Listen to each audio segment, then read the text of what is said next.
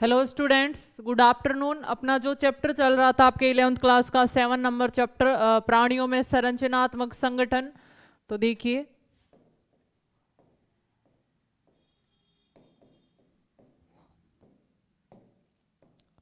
प्राणियों में संरचनात्मक संगठन।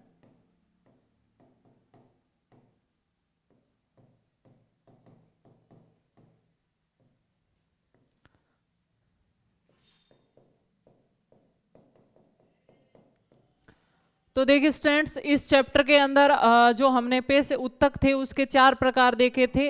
उपकला ऊतक, संयोजी ऊतक, पेशी ऊतक और तंत्रिका ऊतक। और सबसे पहला जो उपकला ऊतक है उसको हमने विस्तार से पढ़ लिया था। अब जो दूसरा ऊतक है संयोजी ऊतक, उसके बारे में वर्णन करेंगे हम।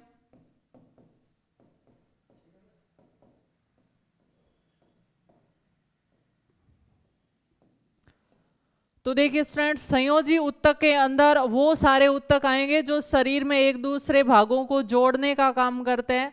और इनके अंदर मुख्य रूप से क्या क्या आएंगे? अस्थि, उपास्थि और रक्त। आपको पता है जो हड्डियां होती है, अस्थियां होती है और उपास्थियां होती है, वो आपस में अंगों को कनेक्ट करके रखती है। अगर हमारे शरीर में अस्थियां ना हो तो हमारा शरीर है वो एक मिट्टी के ढेले के समान रहेगा, सिर्फ जिसमें मांस होगा, वसा होगी। अगर हड्डियां नहीं होगी तो शरीर नहीं बन सकता। शरीर का आधार ये भाग होती है हड्डियां। और हड्डियों से थोड़ा, अस्थियों से थोड़ा सा कोमल भाग होता है उपास्थियां। तो अस्थियां और उपास्थियां है वो संयोजी ऊतक है। उसी प्रकार जो रक्त होता है वो भी एक संयोजी ऊतक है, यानी रक्त हमारे शरीर में एक अंग को दूसरे अंग से कनेक्ट करके रखता है। कैसे रखता है? जैसे एक शरीर एक अंग के किसी संरचना को, किसी स्राव को, पदार्थ को दूसरे अंगों तक पहुंचाना हो तो वो रक्त में डाल दिए जाते हैं। और रक्त उन भागों को, उन पदार्थों को एक अंग से दूसरे अंग तक ले जाने का काम करता है। इसलिए इसको भी क्या बोला जाता है? संयोजी ऊतक। तो देखिए, संयोजी ऊतक में हम किस किस को लेते हैं? अस्थि, उपास्थि और रक्त। इन तीनों भागों से मिलकर क्या बनता है? संयोजी ऊतक बनता है। ठीक है।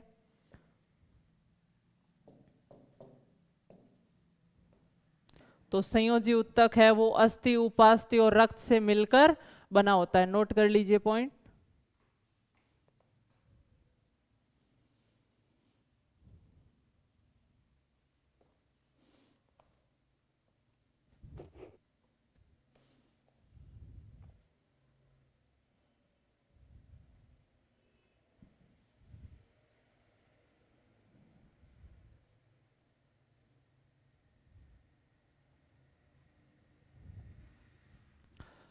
देखिए, जो तीनों प्रकार के संयोजी ऊतक है, अस्थि, उपास्थि और रक्त। तो रक्त के अलावा जो ये दो संयोजी ऊतक है उनके अंदर, ऊतक आपको पता है किससे मिलकर बना होता है? कोशिकाओं से मिलकर बना होता है। तो इन ऊतकों के अंदर कोशिका क्या करती है? एक विशेष प्रकार की प्रोटीन का स्राव करती है जिसे कोलेजन प्रोटीन का कहा जाता है। यानी रक्त के अलावा अन्य संयोजी ऊतकों में कोशिकाओं के द्वारा कोलेजन प्रोटीन का स्राव किया जाता है। और वो कोलेजन प्रोटीन है वो इन ऊतकों को क्या करती है? प्रत्यास्थता प्रदान करती है, शक्ति, मजबूती प्रदान करती है। तो आपको पूछा जा सकता है कि कौन से संयोजी ऊतक में कोलेजन प्रोटीन नहीं पाई जाती है? तो रक्त में कोलेजन प्रोटीन नहीं पाई जाती है। इसके अलावा सभी संयोजी ऊतकों में कोलेजन प्रोटीन पाई जाती है। और वो प्रोटीन क्या करती है? इनको शक्ति प्रदान करती है, प्रत्यास्थता प्रदान करती है, यानी फैल सकते हैं, सिकुड़ सकते हैं। तो प्रत्यास्थता और शक्ति किस प्रोटीन के द्वारा प्रदान की जाती है? कोलेजन प्रोटीन के द्वारा।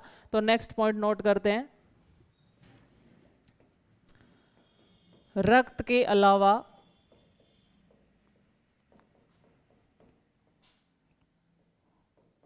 शेष सभी संयोजी ऊतकों में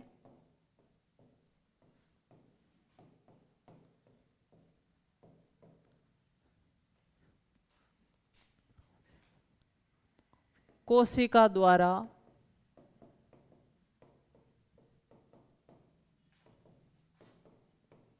कोलेजन प्रोटीन का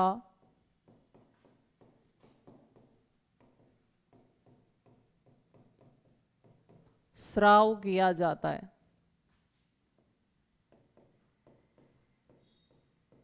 ठीक है, नेक्स्ट पॉइंट, कोलेजन प्रोटीन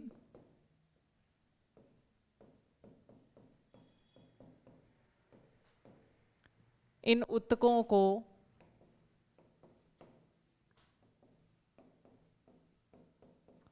प्रत्यास्थता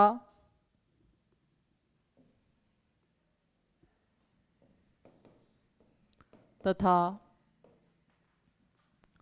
मजबूती प्रदान करती है।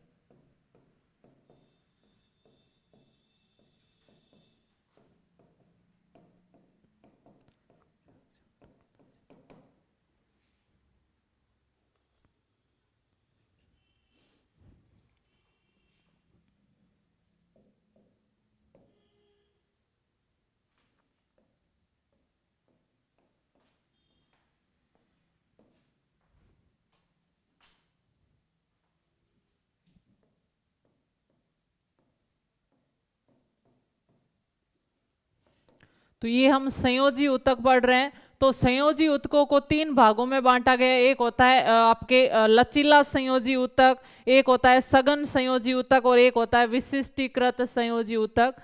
तो नेक्स्ट पॉइंट, संयोजी ऊतक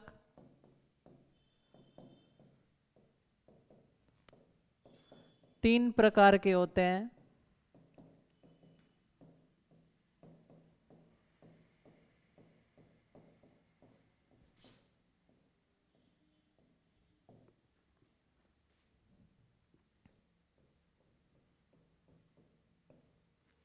पहले हैं लचीले संयोजी ऊतक,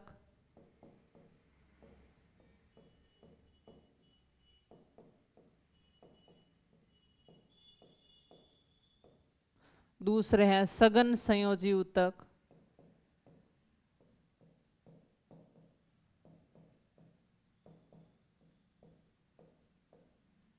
और तीसरे हैं विशिष्टीकृत संयोजी ऊतक।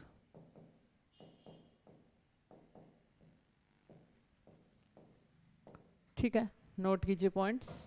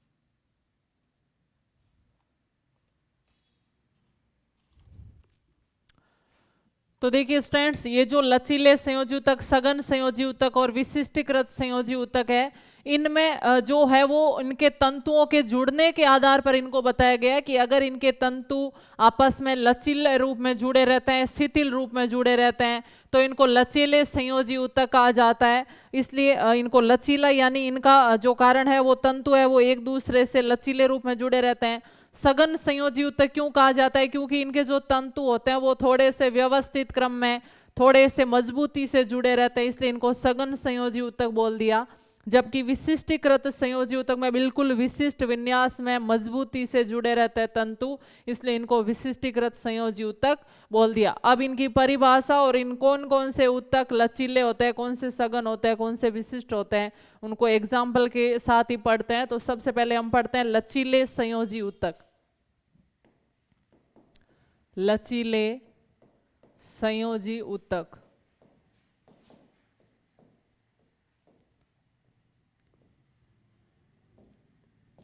तो इसकी परिभाषा क्या होगी कि इन ऊतकों में जो तंतु उपस्थित है वो अगर बिल्कुल लचीले रूप में व्यवस्थित रहेंगे तो इस प्रकार के संयोजी ऊतक को है वो लचीले संयोजी ऊतक कहते हैं, क्योंकि इनमें जो तंतु है वो ढीले रूप में बंधे रहते हैं आपस में, इसलिए इसको बोल दिया लचीला या शिथिल संयोजी ऊतक।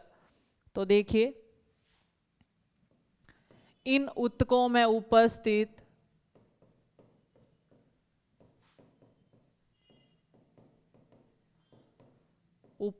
तंतु एक दूसरे से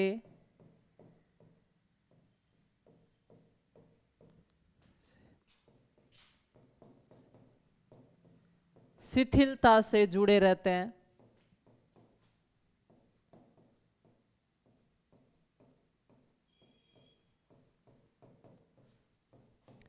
इसलिए इन्हें लचीले संयोजी ऊतक कहते हैं।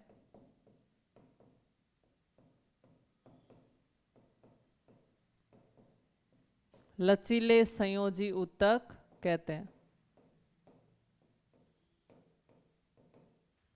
ठीक है, अब देखिए इस प्रकार के ऊतक कौन कौन से जो हमारी त्वचा के नीचे वो ऊतक पाए जाते हैं, वो कैसे होता है? लचीले संयोजी ऊतक जो त्वचा के बिल्कुल नीचे ही ऊतक होगा, अधिचर्म के जस्ट नीचे, उसको बोला जाता है गर्ती का ऊतक। और गर्ती का ऊतक से नीचे पाया जाता है वसा ऊतक। तो गर्ती का ऊतक और वसा ऊतक दोनों ही किस प्रकार के ऊतक है?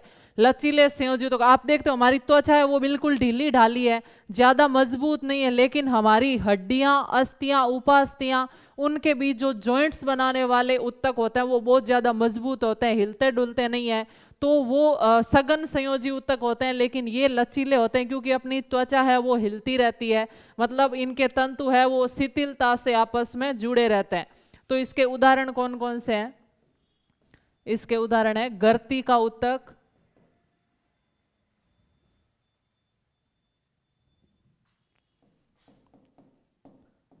गर्ती का ऊतक ये कहां पाया जाता है? त्वचा के नीचे उपस्थित।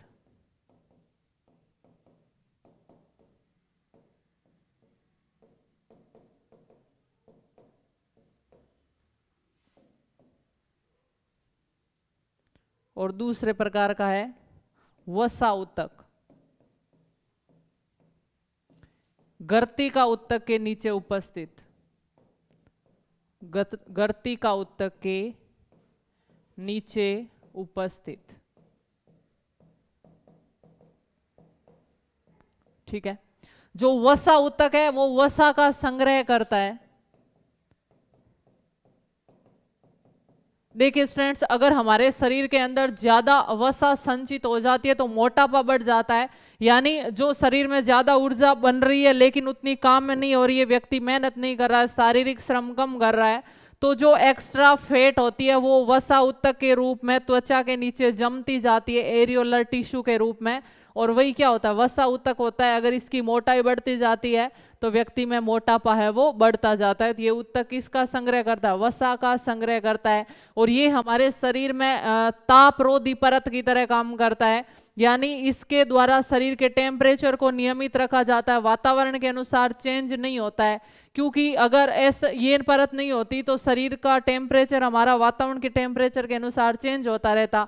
अगर बाहर सर्दी है तो शरीर में टेम्परेचर कम हो जाता, बाहर गर्मी है तो शरीर का टेम्परेचर बढ़ जाता। लेकिन मनुष्य समतापी प्राणी है, इसका टेम्परेचर हमेशा 37 डिग्री सेंटीग्रेड है, वो कांस्टेंट रहता है, बदलता नहीं है, क्योंकि इसमें वसा ऊतक है वो क्या करता है? तापरोधी परत की तरह काम करता है, ना तो अंदर के तापमान को बाहर जाने देगा ना बाहर के को अंदर आने देगा। ठीक है, तो नोट कर लीजिए ये पॉइंट, लचीले संयोजी ऊतक।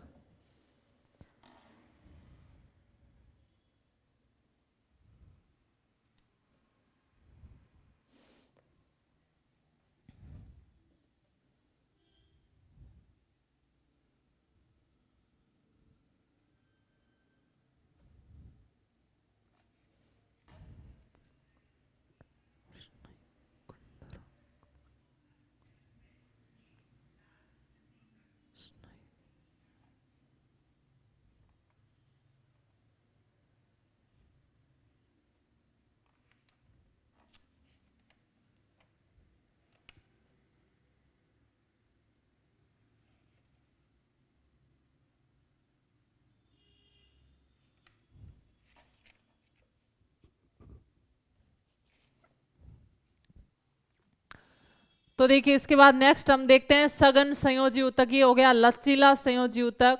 नेक्स्ट है सघन संयोजी ऊतक।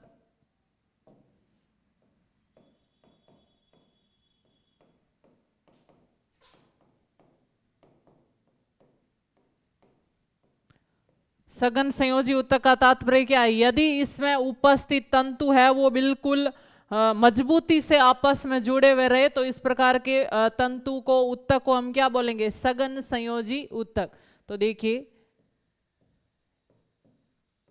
इन ऊतकों में उपस्थित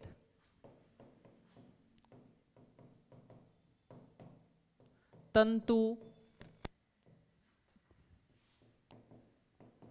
एक दूसरे से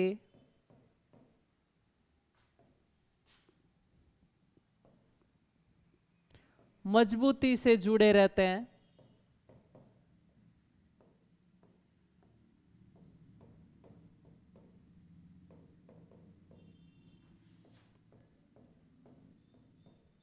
जबकि लचीले में क्या थे? वो ढीले रूप में जुड़े हुए थे, एक दूसरे से मजबूती से जुड़े रहते हैं, इसलिए इन्हें सघन संयोजी ऊतक कहते हैं। सघन संयोजी ऊतक कहते हैं। अब देखिए इस ऊतक को आगे फिर दो भागों में बांटा गया कि इसमें जो तंतु होते हैं ना वो अलग अलग विन्यास में उपस्थित रहते हैं। यदि तंतु है वो बिल्कुल सही क्रम में जुड़े हुए रहेंगे तो इसको हम बोलेंगे नियमित संयोजी ऊतक, और अगर सही नहीं जुड़े रहेंगे तो उसको हम बोलेंगे अनियमित संयोजी ऊतक। तो देखिए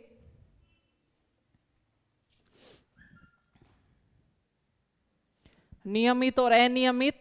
देखिए जो नियमित और अनियमित है वो दूसरे प्रकार के ऊतकों में भी पाए जाते हैं, लचीले में भी पाए जाते हैं और सघन में भी पाए जाते हैं। तो वो मैं लास्ट में आपको डिस्कस करेंगे। अभी हम देखते हैं कि सघन संयोजी ऊतक का उदाहरण कौन कौन से ऊतक है।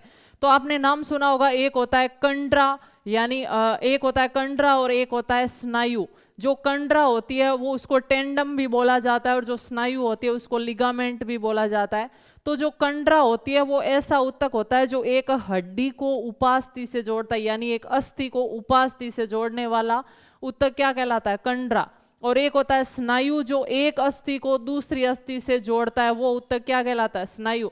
तो आपको ये परिभाषा भी ध्यान रखने स्टूडेंट्स, बहुत इंपॉर्टेंट है। आपको पूछा जा सकता है कि कंडरा किसे कहा जाता है या स्नायु किसे कहा जा सकता है, या आपको ऐसा भी पूछा जा सकता है कि अस्थि को अस्थि से जोड़ने वाला ऊतक क्या कहलाता है और अस्थि को उपास्थि से जोड़ने वाला ऊतक क्या कहलाता है। तो देखिए उदाहरण है कंडरा, या इसको टेंडन भी बोलते हैं, या स्नायु, इसको लिगामेंट भी बोलते हैं। तो अब हम देखते हैं कंडरा किसे बोला जाएगा? अस्थि को उपास्थि से जोड़ने वाला ऊतक क्या कहलाता है? कंडरा। और फिर स्नायु,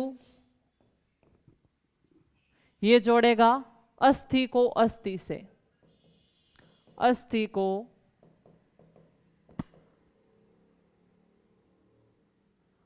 अस्थि से जोड़ने वाला ऊतक।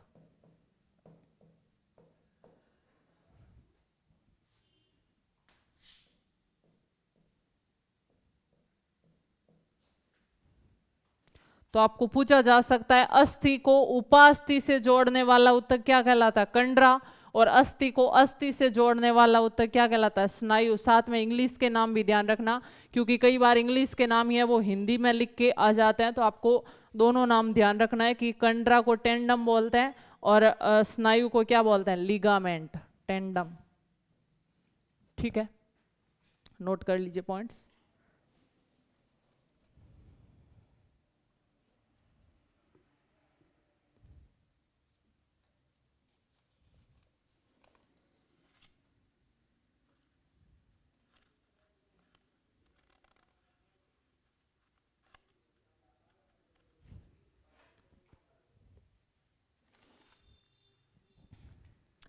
तो फिर हम देखते हैं सघन संयोजी ऊतक को तंतुओं के अभिविन्यास के आधार पर कितने भागों में बांट दिया गया, 2 भागों में बांट दिया गया।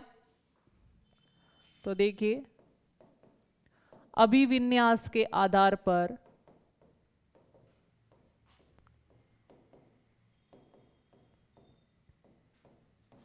सघन संयोजी ऊतकों को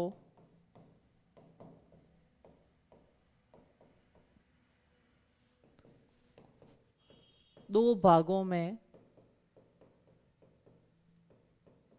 बांटा गया।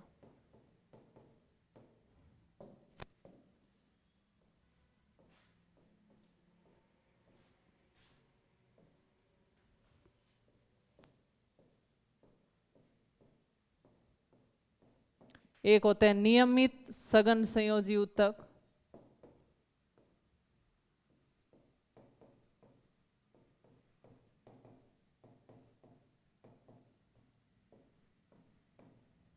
और एक होते हैं अनियमित सघन संयोजी ऊतक।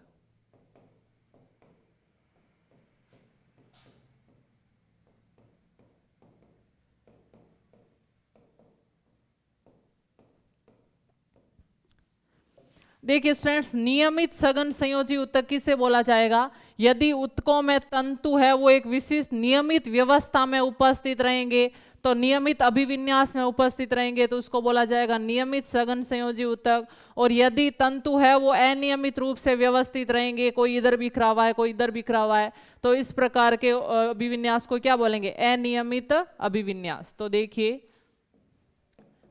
यदि तंतु एक निश्चित अभिविन्यास में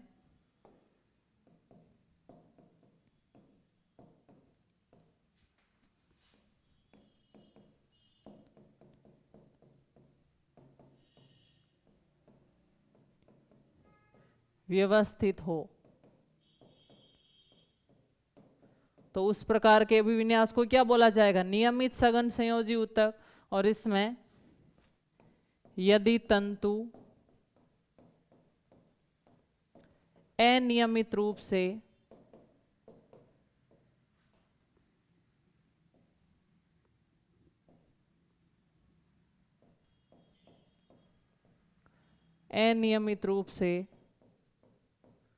व्यवस्थित हो,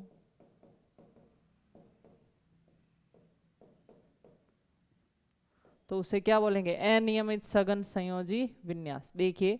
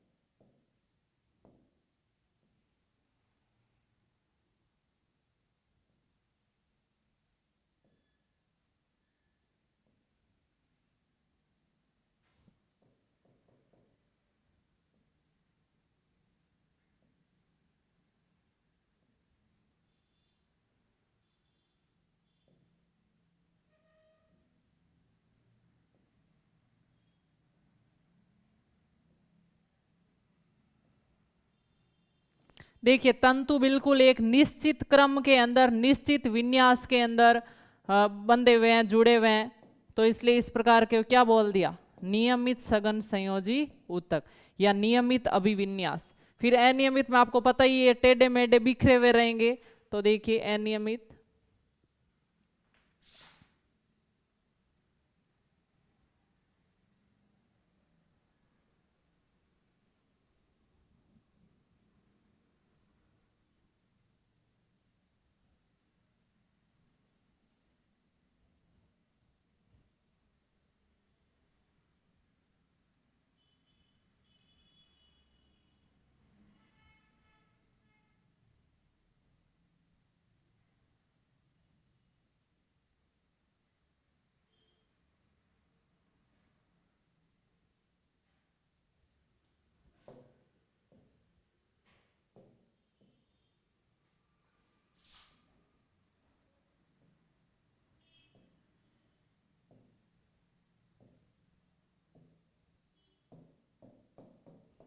अनियमित के अंदर क्या होंगे, तंतु है वो इधर उधर अनियमित रूप से बिखरे हुए रहेंगे।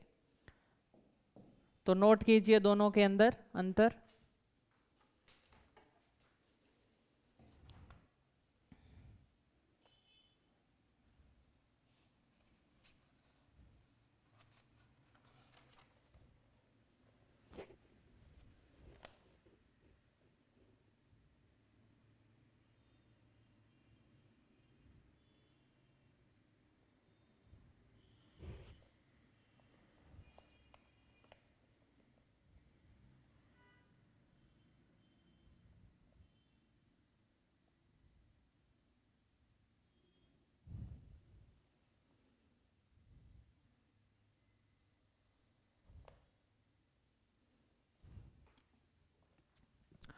इसके अगर आप एग्जाम्पल लिखने चाहो तो भी देखिए, इनके एग्जाम्पल क्या होंगे कि नियमित सघन संयोजी ऊतक किसमें पाया जाता है,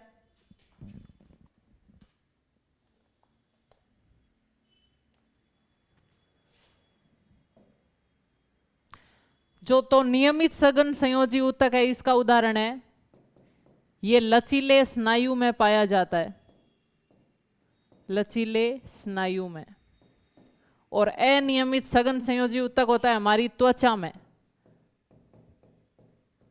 त्वचा में पाया जाता है। तो एग्जाम्पल भी लीजिए साथ में।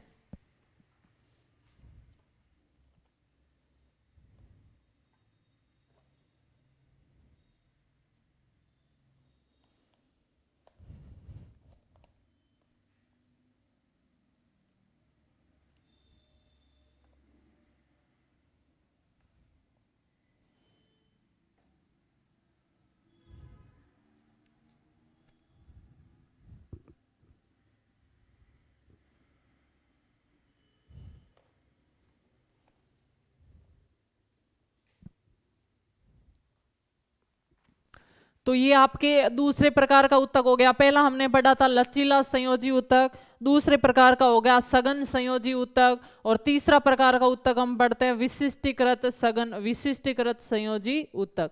तो तीसरा है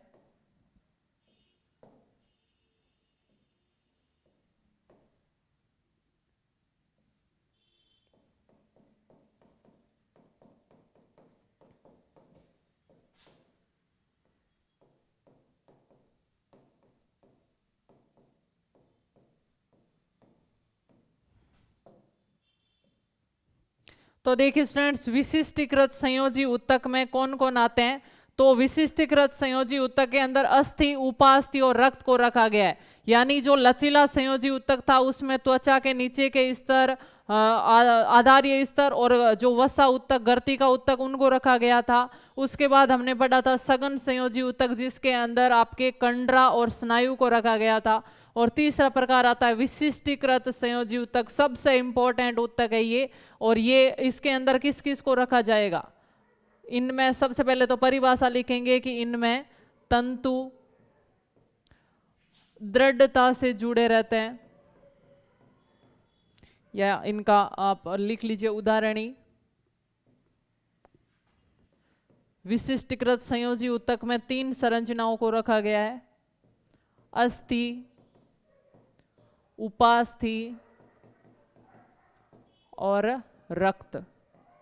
देखिए अस्थि और उपास्थि, अस्थि किसको बोला जाता है, हड्डियों को बोला जाता है। तो हमारे शरीर में कठोर भाग जो शरीर को दृढ़ता, मजबूती, आधार ये प्रदान करता है, शरीर का कंकाल बनाता है, वो क्या होती है, अस्थि होती है। और अस्थियों से थोड़ा सा जो कोमल पदार्थ होता है शरीर में उसको बोला जाता है उपास्थि। मुख्यतः देखिए जो हमारी नाक की नोक है इसमें अस्थि नहीं है, इसमें क्या है, उपास्थि है, जो थोड़ी सी हड्डी से लचीली है, इधर उधर मुड़ सकती है। उसी प्रकार कान की जो बाह्य पीना में ये पाई जाती है, हड्डी नहीं है, ये क्या है, उपास्थि है। उसी प्रकार हमारी जो कशेरुक दंड है, तो कशेरुकों के मध्य भी क्या पाई जाती है, उपास्थि पाई जाती है। तो ये तीनों जगह बहुत इंपॉर्टेंट है, ध्यान रखना, पूछा जा सकता है हमारे शरीर में उपास्थियां कहाँ पाई जाती है, क्योंकि हमारे शरीर में ज्यादा मात्रा में क्या पाई जाती है, अस्थियां पाई जाती है। हमारे शरीर में सिर में हड्डियां होती है, मुंह में पाई जाती है, पूरे चेहरे में होती है, हाथ में होती है, पैरों में होती है, गर्दन में होती है, सब जगह होती है, लेकिन उपास्थियां कम मात्रा में पाई जाती है, क्योंकि जो हमारे शरीर में कुछ उपास्थियां है वो अस्थियों के अंदर रूपांतरित हो जाती है, इसलिए इनकी संख्या है वो कम हो जाती है। तो आपको ध्यान रखना है, उपास्थि अस्थि से थोड़ा कोमल पदार्थ होता है, और ये हमारे नाक की नोक, बाह्य कर्ण में और कशेरुक दंड के बीच में पाई जाती है। ठीक है, और फिर आता है रक्त। रक्त का भी हम पढ़ेंगे कि रक्त में क्या क्या घटक होता है। प्लाज्मा होता है, कणिकाएं होती है, जिसमें 55% प्लाज्मा पाया जाता है, यानी लिक्विड पार्ट होता है, 45% ठोस पार्ट होता है जिसे कणिकाएं कहते हैं। और रक्त में 3 प्रकार की कणिकाएं होती है, आरबीसी, डब्ल्यूबीसी और प्लेटलेट्स। ठीक है, तो देखिए पॉइंट लिखते हैं हम। सबसे पहले अस्थि और उपास्थियों के बारे में।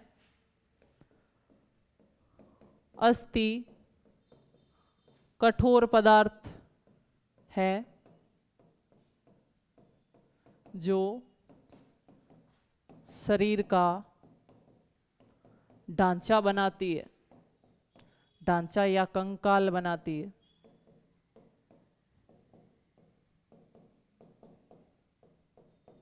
नेक्स्ट पॉइंट, अस्थियों में कैल्शियम आयन पाया जाता है। अस्थियों में मुख्यतया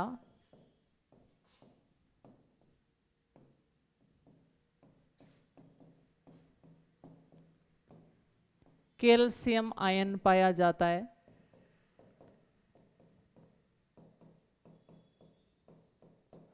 जो कैल्शियम आयन क्या करता है, अस्थि को मजबूती, दृढ़ता प्रदान करता है। अगर हमारे शरीर में कैल्शियम आयन की कमी है तो हड्डियां कमजोर हो जाएगी। जो अस्थि को मजबूती प्रदान करता है, कौन, कैल्शियम आयन, ये कैल्शियम आयन।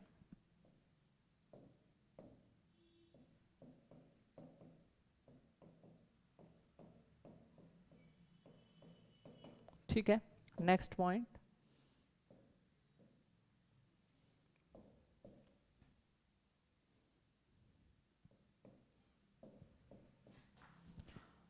अस्थियों से थोड़ा कोमल पदार्थ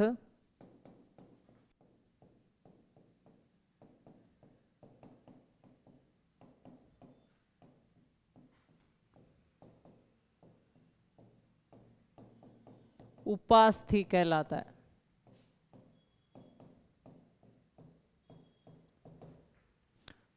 नोट कर लीजिए पॉइंट्स।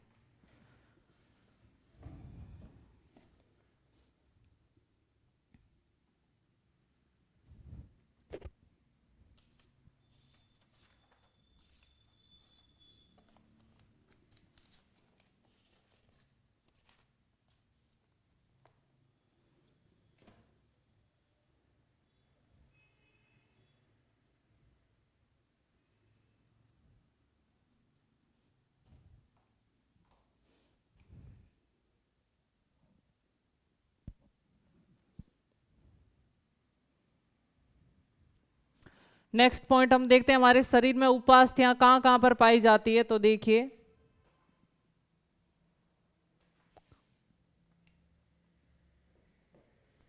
शरीर में उपास्थि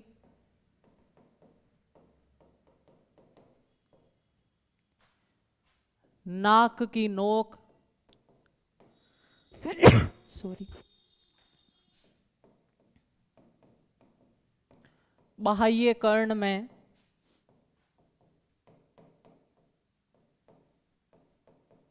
तथा कशेरुक दंड में, कशेरुक दंड की कशेरुकाओं के मध्य पाई जाती है। ठीक है, तो हमारे शरीर में उपास्थि कहां कहां पर पाई जाएगी, नाक की नोक, बाह्य कर्ण में और कशेरुक दंड की कशेरुकाओं के मध्य पाई जाती है। ठीक है, नोट कीजिए पॉइंट।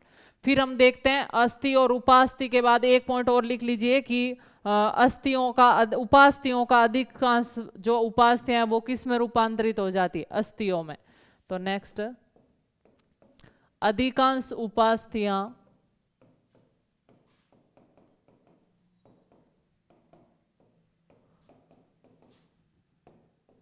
अस्थियों में रूपांतरित हो जाती है।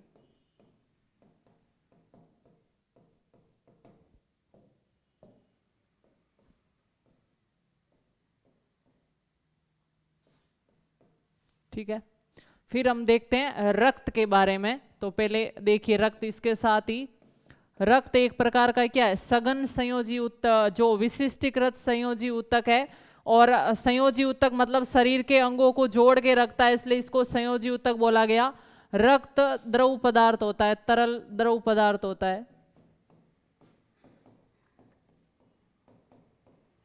और हमारे शरीर में रक्त के दो घटक होते हैं, एक ठोस भाग होता है जो 45% होता है जिसे कणिकाएं बोलते हैं, और एक द्रव भाग होता है जो 55% होता है जिससे प्लाज्मा बोलते हैं।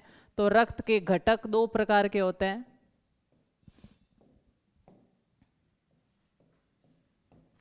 प्लाज्मा जो कितना होता है 55%, और कणिकाएं जो कितनी होती है 45%।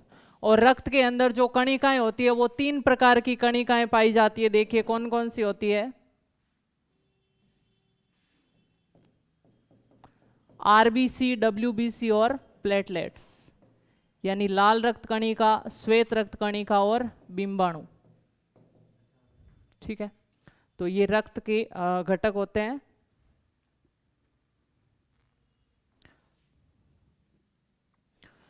तो देखिए स्टूडेंट्स, उसके बाद रक्त के कुछ पॉइंट्स और देखिए। रक्त का रंग कैसा होता है, लाल होता है। और किस कारण होता है, देखिए रक्त के अंदर एक प्रोटीन पाई जाती है जिसको बोला जाता है हीमोग्लोबिन, और हीमोग्लोबिन प्रोटीन के कारण रक्त का रंग है वो लाल होता है। और ये जो हीमोग्लोबिन वर्णक होता है वो इस लाल रक्त कणिका में पाया जाता है, आरबीसी में पाया जाता है। तो यदि रक्त में से आरबीसी को निकाल दिया जाए तो रक्त है वो हल्के पीले रंग का हो जाएगा, क्योंकि डब्ल्यूबीसी और प्लेटलेट्स है वो रंगहीन होती है, जबकि प्लाज्मा का रंग होता है वो हल्का पीला होता है। तो यदि रक्त में से आरबीसी को निकाल दिया जाए तो फिर पीछे प्लाज्मा के कारण रक्त का रंग है वो हल्का पीला रह जाएगा। तो देखिए नेक्स्ट पॉइंट, लाल रंग किस कारण होता है, हीमोग्लोबिन वर्णक के कारण।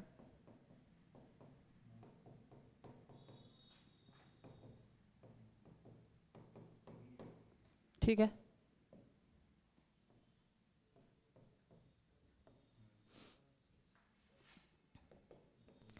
रक्त की मात्रा 4 से 5 लीटर या व्यक्ति के वजन का 7 से 8% होता है।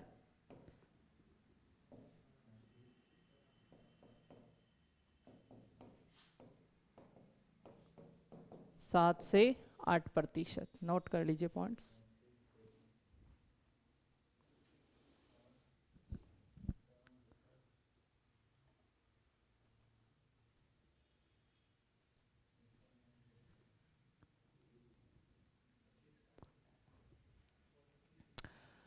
तो देखिए स्टूडेंट्स, इसके साथ ही आपका जो विशिष्ट संयोजी ऊतक है उसको वो कंप्लीट हुआ, और आपके संयोजी ऊतक को हमने कंप्लीट पढ़ लिया। सबसे पहले हमने उपकला ऊतक के बारे में डिस्कस किया, फिर संयोजी ऊतक। नेक्स्ट आपके बचता है पेशी ऊतक और तंत्रिका ऊतक, जो हम डिस्कस करेंगे नेक्स्ट क्लास के अंदर। तो मिलते हैं नेक्स्ट क्लास में, तब तक के लिए थैंक यू सो मच।